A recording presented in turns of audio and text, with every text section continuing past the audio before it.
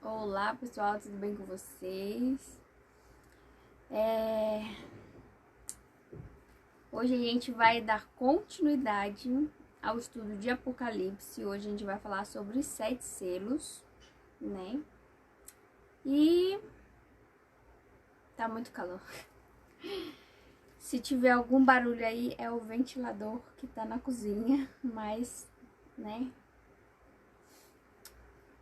Tem que gravar assim mesmo, porque senão não gravo. Tá muito quente. De manhã já tá quente, agora tá mais quente ainda e mais tarde piora. Então eu vou gravar logo agora, né?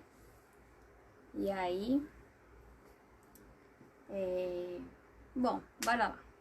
Pra quem ainda não me conhece, né, no canal, meu nome é Rose. Nas redes sociais sou conhecida como Rosilaine com 2N, né? E tem três, né? Três Instagram, não, três Instagram, três Instagram com o nome Rosilaine. O outro é Rose Oração e Bom Dia e o outro é Rosael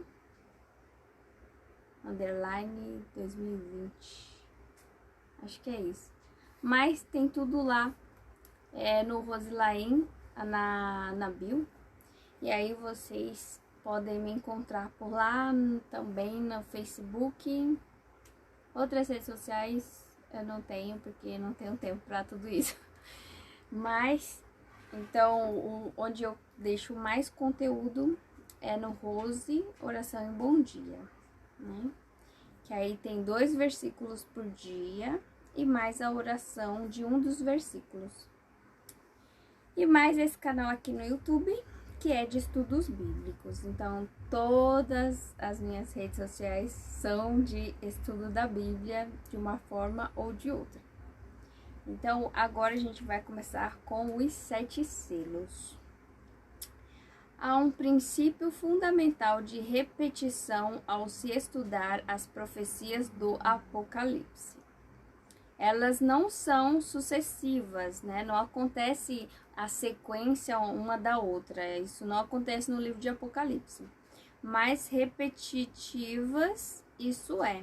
Elas refluem cobrindo de novo os mesmos períodos de tempos.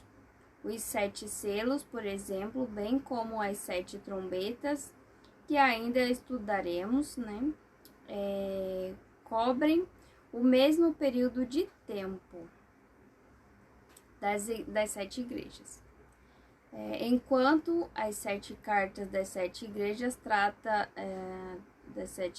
tratavam da situação interna das igrejas, os 7 selos destacam aspectos extremos da igreja cristã, seus triunfos e fracassos. Então, isso aqui é uma introduçãozinha, né, pra gente dar início.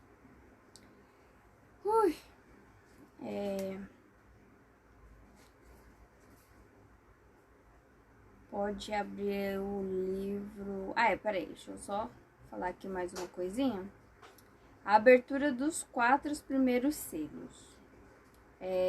Cavalos e carros simbolizam mensageiros da parte de Deus. Então, não só cavalo e carros, né? Mas também anjos. Anjos também significa, no livro de Apocalipse, mensageiro. Então, quando você vê escrito anjo, significa mensageiro também. E cavalos e carros também significa mensageiro. Quer dizer que Deus está enviando uma mensagem através de anjo, cavalos ou carros, né? É tudo mensageiros. Você pode comprovar no livro de Zacarias, do capítulo 1, verso 8 até 11, Joel 2, o verso 4 e 11, segundo Reis 6, o verso 16 e 17. Quando Jesus abre os primeiros 4 selos, cada um dos 4 seres viventes diz a João: vem, e isto indica que cada cavalo estava sob a orientação de um dos 4 seres viventes, repetitivamente. Quando o selo era aberto, cada cavalo com seu cavaleiro saía para cumprir sua missão. Então, esses 4 cavalos e seus 4 cavaleiros, tinha um que dava a ordem para que fosse cumprida cada um a sua missão no tempo determinado, né? E isso a gente vai aprender hoje, né? Quem é esse cavaleiro que dava a ordem para que todos os outros cumprissem a sua missão no seu determinado momento? Agora sim, Apocalipse 6, o verso do 1 ao 2. O que João viu quando o cordeiro abriu o primeiro selo. E aí você vai dar uma olhada aí, vai ler na sua Bíblia, né? Pode abrir sua Bíblia. Qualquer coisa você pausa o vídeo, lê, e aí você despausa. E aí você acompanha aqui, que eu não vou ler tudo, porque senão fica mais de 1 hora, né? Se eu ficar lendo tudo, porque eu demoro demais, né? Tenho dificuldade com a leitura, porque eu uso óculos, mas nos vídeos eu não gosto de usar porque dá reflexo. E isso me incomoda. E então, vamos lá. Quando o primeiro selo foi aberto, João viu um cavalo branco e seu cavaleiro com um arco, e foi-lhe dada uma coroa, e ele saiu vencendo para vencer. Essa imagem é um belo símbolo das vitórias do Evangelho no primeiro século. Então aqui já traz uma referência da igreja, no caso da primeira igreja, né? Onde Jesus é o cabeça da igreja e os 12 discípulos, apóstolos, né? São o corpo da igreja. Um cumprimento da profecia de Abacuque, que diz: já que andas montado nos teus cavalos, nos teus carros de vitória, tiras a descoberto, tá certo, o teu trono, tiras a descoberto o teu arco, e farta está a tua aljava de flecha. Abacuque 3, o verso 8, no Salmo 45, verso 5, lemos assim: as tuas setas são agudas, penetram o coração dos inimigos do rei, os povos caem submissos a ti. Então aqui, né, é uma clara alusão a Jesus Cristo, né, que cada flecha, né, que é lançada por Jesus, pelas suas palavras, né, acertava o coração daqueles que eram inimigos de Jesus, na época que ele estava aqui entre nós como ser humano. E os povos caem submissos a ti, né? Então aqueles que aceitaram, né, a verdade, renderam submissão a Jesus, mas não porque foram obrigados, mas sim conquistados com o amor de Cristo. E continuando o verso 3 e 4, o que João viu quando o cordeiro abriu o segundo selo. E aí você vai ver. Na abertura do segundo selo, João vê um cavalo vermelho, né? Esta cor está associada na Bíblia às guerras e mortandade, né? Segundo Reis, capítulo 3, verso 22, e Naum 2, verso 3. Então, este cavaleiro bem pode representar o Império Romano, né? Que Roma também tinha nos seus uniformes, né, a cor vermelha também, né? Era não vou dizer um símbolo, né? Mas eles tinham esse negócio de usar vermelho nos soldados romanos, na pessoa de seus imperadores durante as terríveis perseguições que foram movidas contra os cristãos, vítimas da intolerância para com sua fé em Deus.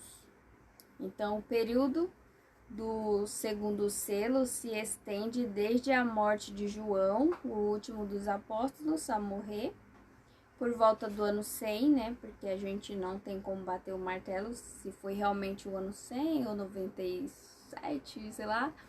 Não tem como bater o martelo, então coloca por volta do ano 100, né? A gente arredonda aí.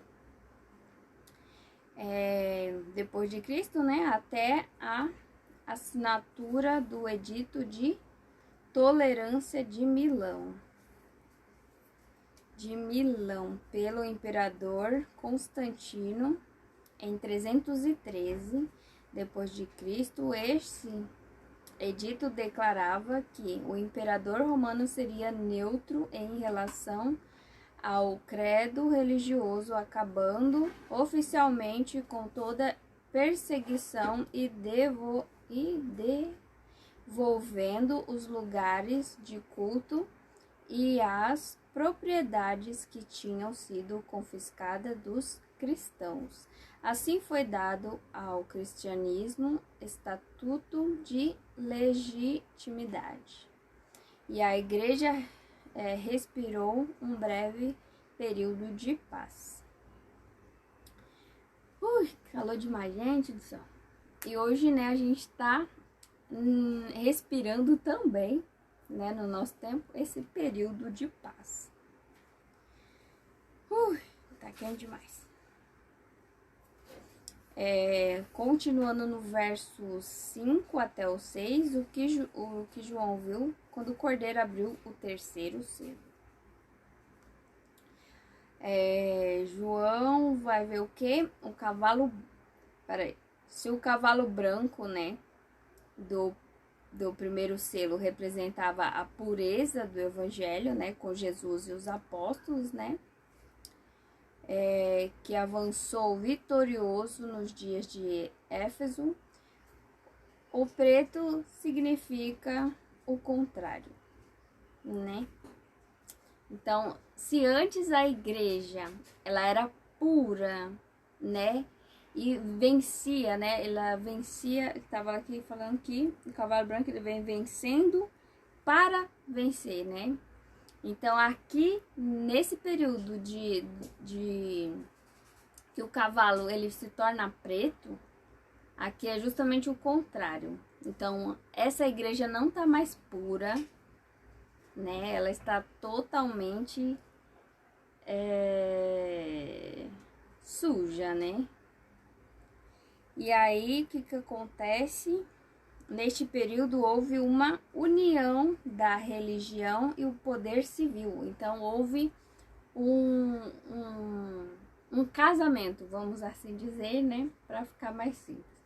Então houve esse casamento entre a religião e a política, né? O civil. Aqui fala de civil, né? Poder civil. Então, o poder religioso e o poder civil. Então, há essa união. E aí, o que acontece? Quando Constantino, em 313 d.C., oficializou o cristianismo como religião do Estado, se o cristianismo havia conquistado Roma, agora Roma conquistava o cristianismo. Então, agora, com essa união de igreja e poder civil, acontece agora essa troca, né? Que antes a igreja, os cristãos conquistavam os romanos, né, para Cristo. Agora eram os romanos que conquistavam os cristãos pro diabo, né? Porque Roma, né, na Bíblia aqui, simboliza, né, o dragão, na profecia. Então, o diabo. Mas a gente ainda vai estudar um pouquinho mais sobre isso, então aí vai ficar mais claro. Não tô ofendendo ninguém, tá, gente? É profeticamente falando. O espírito de comercialização e materialismo envolveu o cristianismo e várias doutrinas pagãs penetraram na igreja cristã. Foi um período de trevas morais, por isso que o cavalo é preto. Apostasia, porque eles se afastaram da verdade. Então, nesse período, a igreja se corrompeu num grau de se unir ao próprio diabo e houve essa apostasia da verdade de Deus.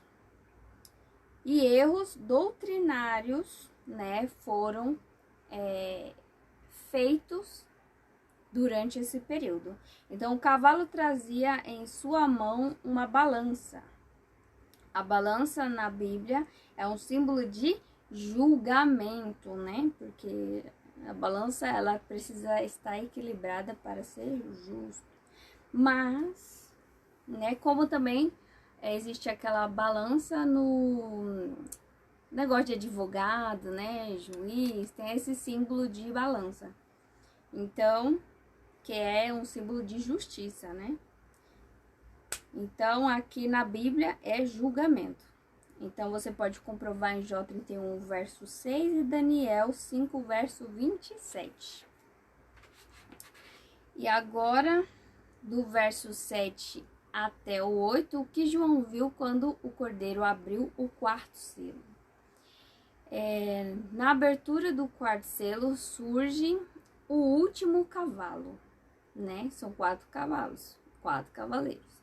Então, o último cavalo, sua cor era pálida, né? Em algumas está escrito amarelas, e em algumas está escrito verdes, né? Mas o que a Bíblia, que o sentido mesmo é cor de morto, né? Quando a pessoa morre, fica meio pálida, né? Você pode ver quando a pessoa tá passando mal ou desmaia, a pessoa empalidece. Então essa é a cor que a Bíblia está se referindo aqui, né? Uma cor de pálida, né? Uma cor de morte mesmo, quando a pessoa perde o sangue. Então a palavra grega aqui usada é cloros, né? Que a gente conhece aqui como cloro, né? De branquear. Então a palavra aqui grega é cloros, traduzida em outros lugares como verde. E Marcos 6, o verso 39, Apocalipse 8, verso 7 e Apocalipse 9, verso 4. Eu vou deixar tudo na descrição, como sempre, né? Para que vocês comparem na Bíblia de vocês tudo que eu tô falando aqui.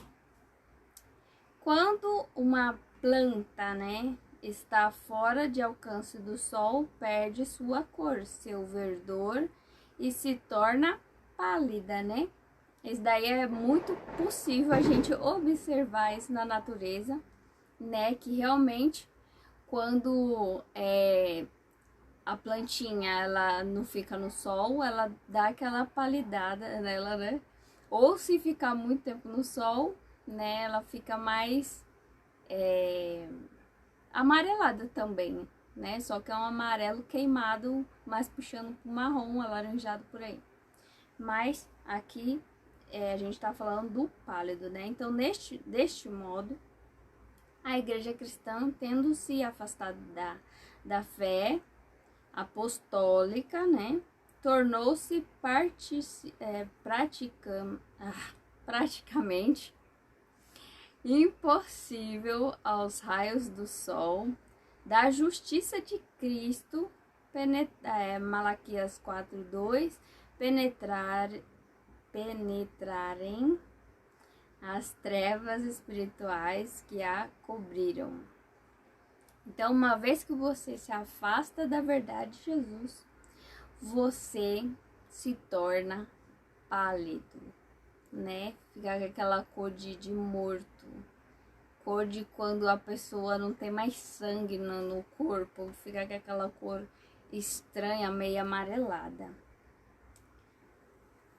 E quando a gente não recebe, né, o sol, que é a justiça de Jesus, a gente também fica meio assim, né, borocochô, tipo, não tem mais nada que anima, né? E aí tá, o fato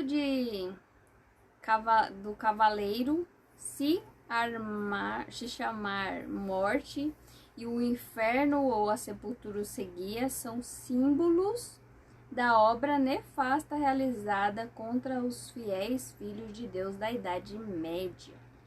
Porque na Idade Média aconteceu muitos massacres pela Igreja Romana, né? Porque assim, a Igreja de Jesus Cristo, né? A igreja primitiva, né? Que o pessoal antigamente falava, igreja primitiva, né? Que eram os primeiros. Então, era chamada de igreja católica, porque era universal, né? Católico significa isso, universal.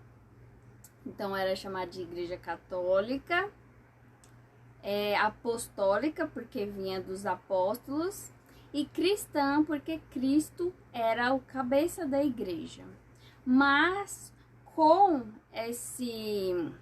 essa união, né, de igreja com o poder civil, acontece essa apostasia da igreja, onde a igreja começa a receber aquilo que não vem de Cristo.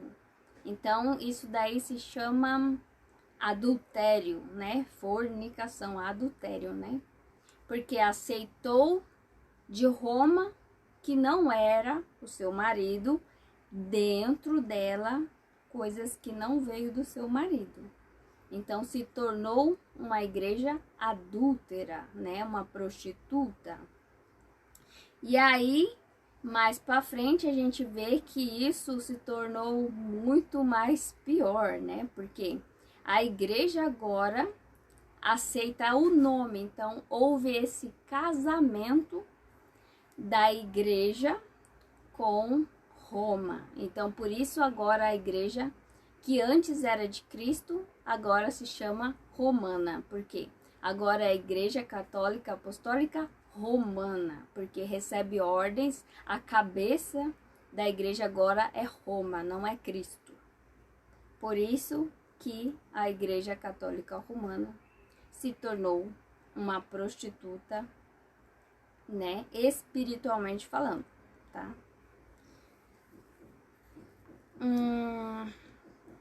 Que o livro de Apocalipse fala de coisas espirituais. Algumas são literais. Mas a gente está falando aqui no sentido espiritual, porque aqui está falando de coisas simbólicas, né? Mas literalmente é isso que eu acabei de falar para vocês. Então, este período coincide com a igreja de Tiatira, quando o bispo de Roma chega ao poder. A profecia apontava um domínio do papado por 1260 anos, né? Como diz lá no livro de Daniel, capítulo 7, verso 25, e Apocalipse 12, verso 6, e o verso 14 também, e Apocalipse 3, o verso 5.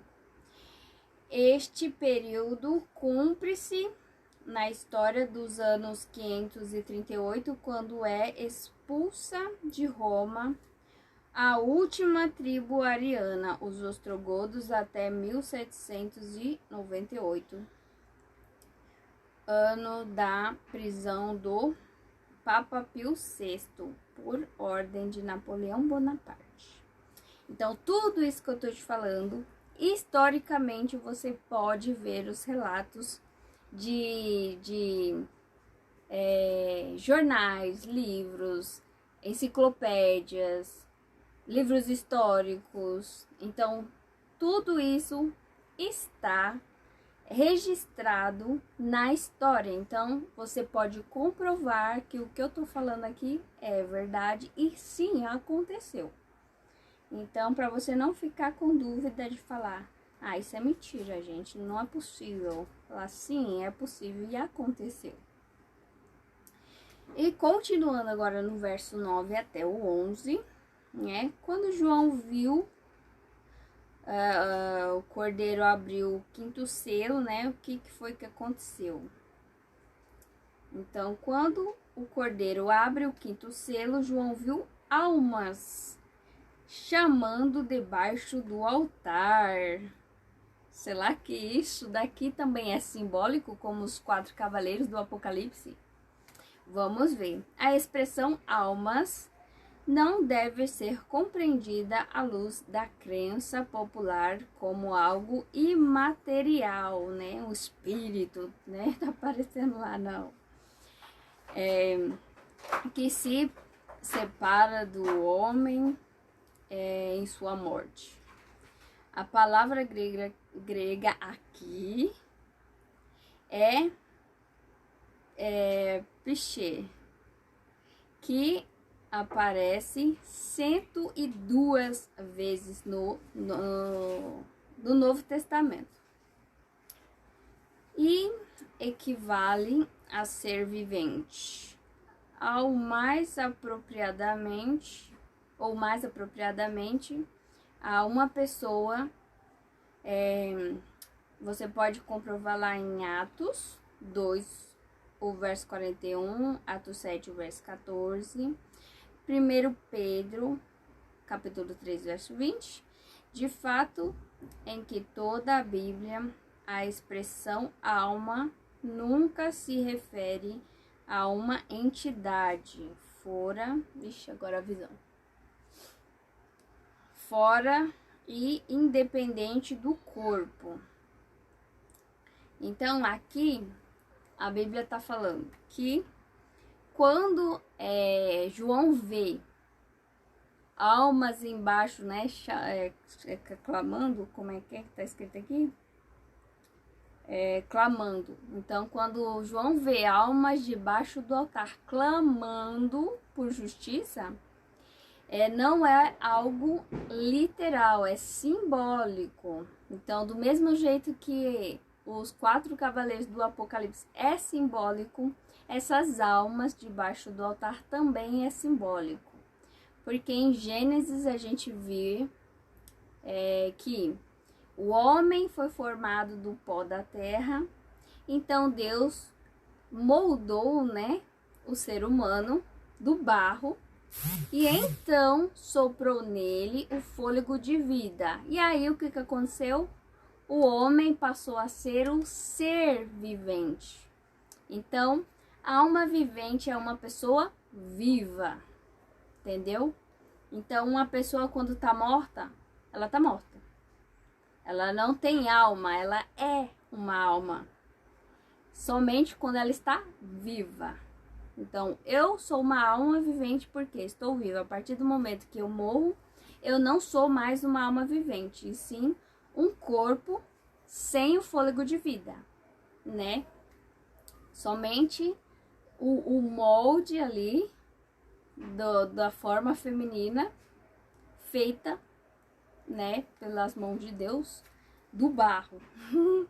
E geneticamente isso é comprovado que nós temos composição na nossa biologia, né, de barro, justamente como Deus disse que ele fez. Nós somos verdadeiramente criados, né, do barro. Mas voltando aqui, esse clamor simbólico tem a ver com os martírios ocorridos na Idade Média, porque a igreja, mas foi de uma maldade que parecia que tinha o diabo no corpo, porque o que eles fizeram com os cristãos na Idade Medieval, você pode dar uma pesquisada aí no Google para você ver as imagens de jornais, livros, né, relatando o que foi aquilo.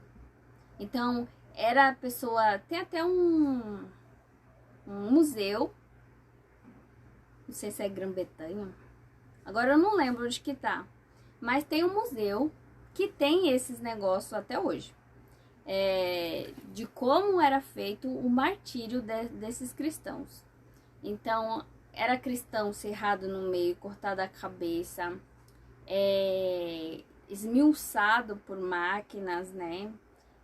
Espedaçado por cavalos, né? Eles amarravam os braços das pessoas, as pernas, e aí colocavam um cavalo para lá, outro para lá, e aí quebrava a pessoa em pedaços, né? Rasgava, no caso, né? Então, era uma coisa assim assombrosa.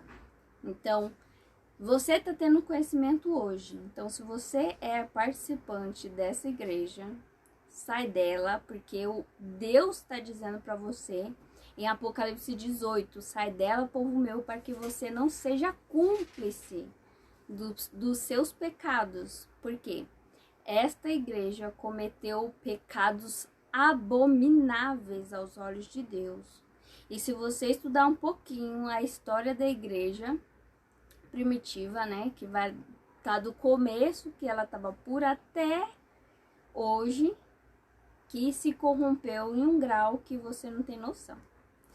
Então, né, é meu dever falar para você, porque se eu não falar para você, Deus vai cobrar de mim, porque eu tenho a informação e não te dei. Então, eu estou te dando para que você tenha a oportunidade de escolher, né, comprovar na sua Bíblia. Pode abrir aí na sua Bíblia, Apocalipse capítulo 18, pode ler. Lá vai estar escrito. E também Apocalipse 14, o verso, acho que é 9 até o 12. Bom, Apocalipse 14, verso 6 até o 12, tá lá também escrito. Então, você tem a oportunidade de não ser castigada com as 7 pragas que vai acontecer. Então, se você for um sincero de Deus, pelo menos comprove com os seus próprios olhos, né? Pegue sua Bíblia e comprove lá, né? Busque o conhecimento, ore a Deus, ao Espírito Santo, que te ilumine a mente, né? Para te mostrar. E se você quiser ser realmente convencido pelo Espírito Santo, peça, porque Deus vai te dar. Isso eu tenho certeza absoluta, porque quem busca a verdade, Deus tem prazer em dar a essa pessoa toda a verdade. E aí você terá que fazer a sua decisão. Mas continuando aqui. Agora, simbolicamente, os mártires estão clamando por justiça, né? No capítulo 6, o verso 11 de Apocalipse. As vestes brancas são símbolos da justiça de Cristo e de vitória. Apocalipse 19, o verso 8 e Apocalipse 3, o verso 5. Estes mártires estão salvos, aguardando apenas o reconhecimento da recompensa quando Jesus voltar à terra, né? Apocalipse 22, o verso 12. Então, o quinto selo é simbólico também, né? Porque alma é somente um ser que está vivo. Aqui as pessoas estão mortas. Então, é simbolicamente, tá? Agora o verso 12 até o 17 de Apocalipse 6. Então, o que aconteceu quando o Cordeiro abriu o sexto selo? Na abertura do sexto selo, torna-se evidente que a linguagem passa a ser... passa de simbólica para literal. Então, agora, a partir do sexto selo, agora sim começa a ser literal, porque realmente aconteceu isso. E eu te mostro como. Bora lá. Quando fala aqui também do escurecimento do sol e da lua, essas coisas, né? Então tá. Aconteceu um grande terremoto em Lisboa, né? Que devastou quase que ela por completo. Imagina a cidade inteira sendo destruída por um terremoto.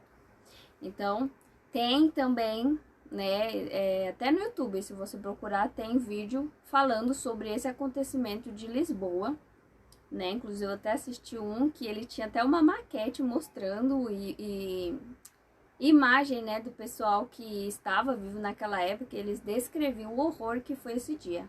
Eles achavam que o fim do mundo estava acontecendo por conta desse grande terremoto.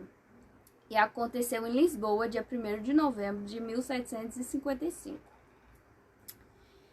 O escurecimento, o escurecimento do sol, né? O sol, ele se tornou negro, como um saco de crina, né? Que fala no livro. E foi isso daqui que aconteceu na Nova Inglaterra, nos Estados Unidos, dia 19 de maio de 1780. Perceba aqui, foi nessa época aí de 1700 e pouco que aconteceu esses negócios.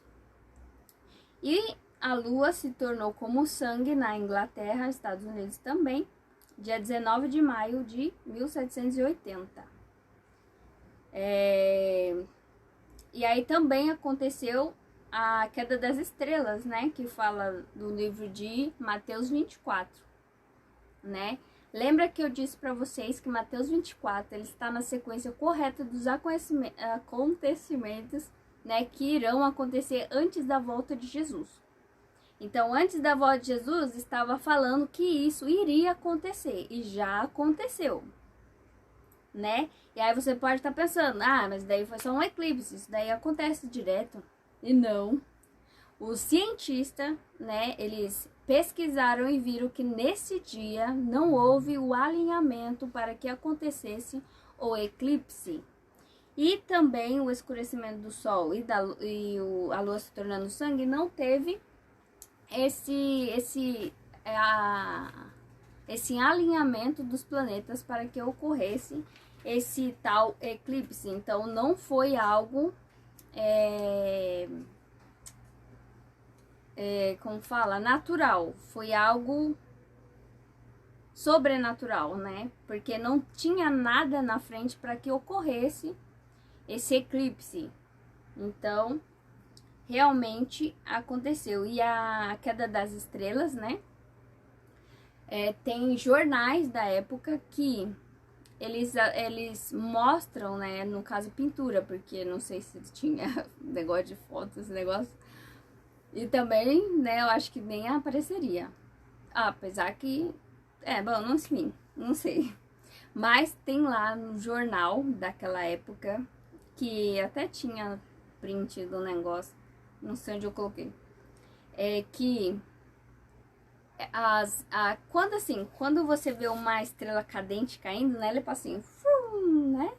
Nesse dia aqui, era muita estrela cadente, né? Pra você ver que o negócio, eu não sei se era realmente estrelas cadentes ou outra coisa, mas o que eu sei é que essas tais estrelas cadentes, né, a queda das estrelas, a chuva de estrelas, elas caíam assim, sabe? Era jogado, como diz a parábola, né, da figueira, não, como que é? Acho que é da figueira, não lembro. Que fala que é chacoalhado, assim, por causa dos ventos, tudo. Então, aí, essas estrelas caíam doida. E aí as pessoas ficavam apavoradas, porque as estrelas caíam muito bagunçada. E geralmente quando cai, tipo, né, do céu pra baixo. Mas não, essas daqui ficavam assim, tipo, muito sobrenatural mesmo. Então, pra você ver que esses acontecimentos ocorreram. E foram somente uma vez ocorrida, né? Não houve mais desse jeito aqui, essa queda de estrelas. Ocorre os eclipses, mas não do jeito que aconteceu nesse período aqui, né, nessa data. Sem alinhamento nenhum acontecer, nunca mais aconteceu. Então, esse daqui, a abertura do sexto selo, é literal, porque realmente aconteceu. Então, o capítulo 6 termina com uma pergunta, né? Se você acompanhar aí, você vai ver que tem uma pergunta aí. E apenas uma resposta, né? Para ela. que é os 144 mil selados, que a gente vai aprender sobre isso no próximo estudo, então não perca. Que está no capítulo 7, né? A gente estudou hoje o capítulo 6, o próximo é o capítulo 7. Só eles subsistirão neste tempo de prova. Em nosso próximo estudo, né, aprenderemos. Mas faltou um selo, certo? Então, o que aconteceu quando o Cordeiro abriu o 7º selo? Então, aqui a gente viu que os 6, né, selos já foram abertos. Falta apenas o último. Por que que muitas pessoas, né, acham que Jesus não vai voltar, né? Porque a gente escuta isso desde que nasceu. Deus, nossa, até meus bisavós falavam sobre isso. Jesus nunca voltou. Isso daí é coisa de gente doida, gente. Não volta não, isso daí é coisa de gente doida, né? Vai vendo. Se você estudar profecia, você vai ter certeza de que sim, Jesus está às portas. E quando eu digo às portas, é tipo bem pertinho mesmo de voltar, né? Como a gente aprendeu lá em Daniel, a gente já está na pontinha da unha da estátua de, né, que Nabucodonosor sonhou, que Deus deu a Nabucodonosor, e Daniel, né, interpretou o sonho. Então nós estamos na unha da estátua, tem noção? Na unha da estátua, a ponto de ser cortada ali. E aí o próximo, né, era a pedra que é cortada sem auxílio de mão e atingia os pés da estátua. Então, agora a gente vai aprender sobre o 7º selo. Então, o que aconteceu? Capítulo 8, verso 1. O céu ficará em silêncio porque estará vazio, né? Que na abertura do 7º selo diz que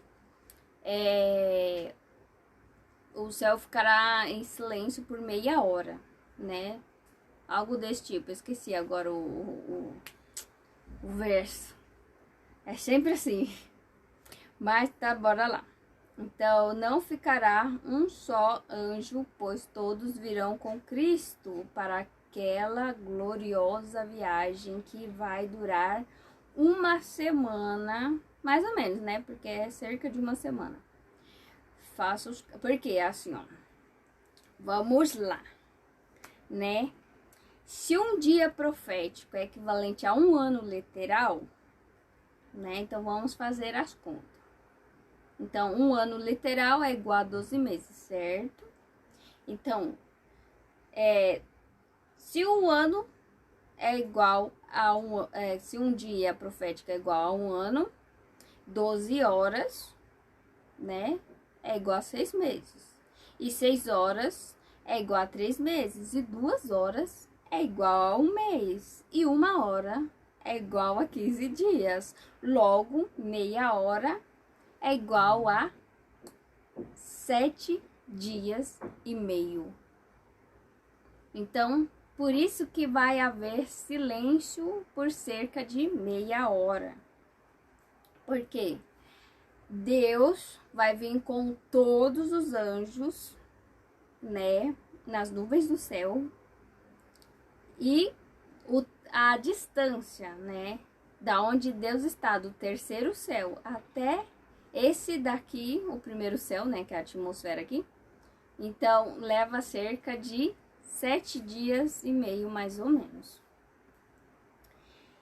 Então, né, quando Deus estiver saindo de lá, Deus vai falar pra gente, né, em clara e alta voz, que Ele está voltando, e a gente vai ficar. E aí, os ímpios, é claro, não vão entender a voz de Deus, vão achar que é trovão, né? Porque foi assim desde o início, né? Quando entrou o pecado, quando Deus aparecia pros povos lá, que saíram do Egito lá com Moisés, E Deus falava e eles achavam que era trovão e que, né, eles iam morrer se não sei o que lá. Então, a mesma coisa vai acontecer agora, né? Antes da volta de Jesus. Deus vai falar o dia e a hora que ele vai voltar, né? Provavelmente vai ser de madrugada, né? Sei lá, tô chutando, né? Um sábado à noite, né? Um sábado meia-noite, né? Considerado aqui pelos... a maioria, domingo, né? Considerado as primeiras horas do domingo, que é o primeiro dia, né? Enfim, o importante é que Deus volte. Então, bora lá para a conclusão. Os anjos de Deus aguardam com fremente desejo. Então, os anjos desejam muito, né? A ordem de Cristo para vir à terra buscar os salvos. Maravilhoso é pensar neste dia em que todas as famílias serão reunidas. Nunca mais haverá morte, nem luto, nem pranto, nem dor, pois as primeiras coisas passaram, né? Apocalipse 21, verso 4. Todos nós temos um céu a alcançar e um inferno a evitar, né? Qual será a sua decisão? E essa é a mensagem de hoje, né? É um livro muito interessante, eu amo. E compartilhar aqui com vocês é uma alegria. Mas agora, né, eu vou dar tchau aqui pra vocês, que eu vou gravar agora o próximo, que é os 144 mil selados, né? Todo mundo aí tá querendo saber sobre os 144 mil e eu tô aqui, né, já empolgada pra falar pra vocês quem é esse povo, né? Porque a gente vê no mundo, sei lá, 9 bilhões de pessoas, e aí Deus fala 144 mil? Só isso vai salvar? Vamos ver, né? Vamos aguardar. Então, essa é a mensagem de hoje. Deus abençoe cada um de vocês, né? Um beijo, um abraço no coração e até o próximo estudo que está, ó, né? Aguardamos você. No caso, eu aguardo você no próximo estudo. Então, é isso aí. Deus abençoe.